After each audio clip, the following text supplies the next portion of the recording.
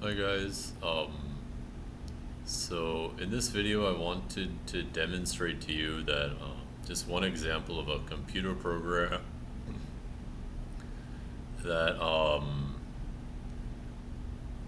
could help you with calculation, like group calculations in groups. So when I went back and you know when I tried the calculations I was doing today in class, I realized I made like several mistakes, which we'll see. Okay, first of all, you know, to enter in, um, to enter in an like a permutation into this program called gap, we just like we type like maybe a variable a. That'll be our permutation.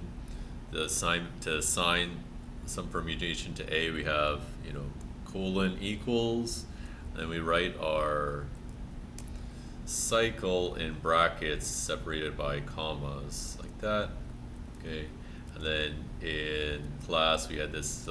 So 1 2 3. That's the cycle 1 2 3, and then B is going to be the transposition 3 4.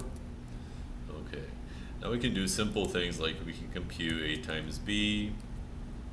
That's the cycle 1 2 4 3, and we can do B times A. That's 1 2 3 4. We can also do A times B times A inverse times B inverse. What is that? That's the 3 cycle 2 3 4. That is, as far as I remember, that's not what I had in class, so obviously I made some kind of error there. Okay, but that's okay, it happens, I guess. Um, I guess it does give me a good chance to say that it's probably not a bad idea to double check things with a computer. Okay, so so we can do all kinds of computations like that. Something that might be relevant to the assignment is we can do something like we can type in some permutation, this 9 cycle, and then we can compute like c to the 6th, for example. Hey, it's the product of three cycles. And we can do all sorts of fun computations like that.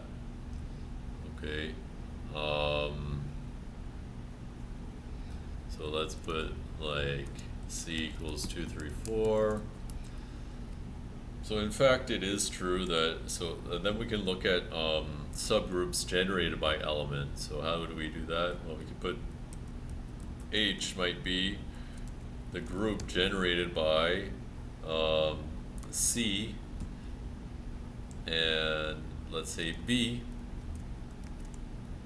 okay, group generated by these two elements, and then we can ask what is the size of H.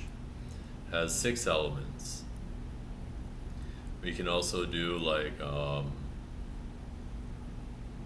we can compare anyways.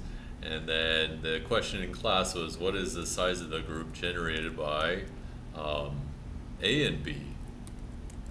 So we input A and B as generators to a group G, and we ask what does it generate? Well, we just ask for the size of G. It's 24. So another thing that has 24 elements is the symmetric group with 4 symbols. This group G is a subgroup of the symmetric group on 4 symbols.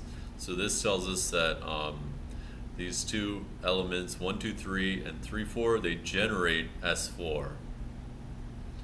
Okay, and then you can do other things like you can ask, is H normal in G? And we type that in like this, I believe.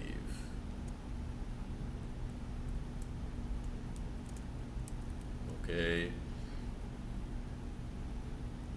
And we can do all kinds of calculations like that. Of course, I'm sure gap is much more powerful than this, but I think it's nice to have something that you can do simple calculations. I'll have a link to kind of the web page for this program, you can it's a you know a free program. You can install it in your computer if you want. If you don't want, it's fine. I don't. It's really up to you. Okay. Any questions about any questions about this program? You can of course email me. Um, so that is all for now. Thanks for watching.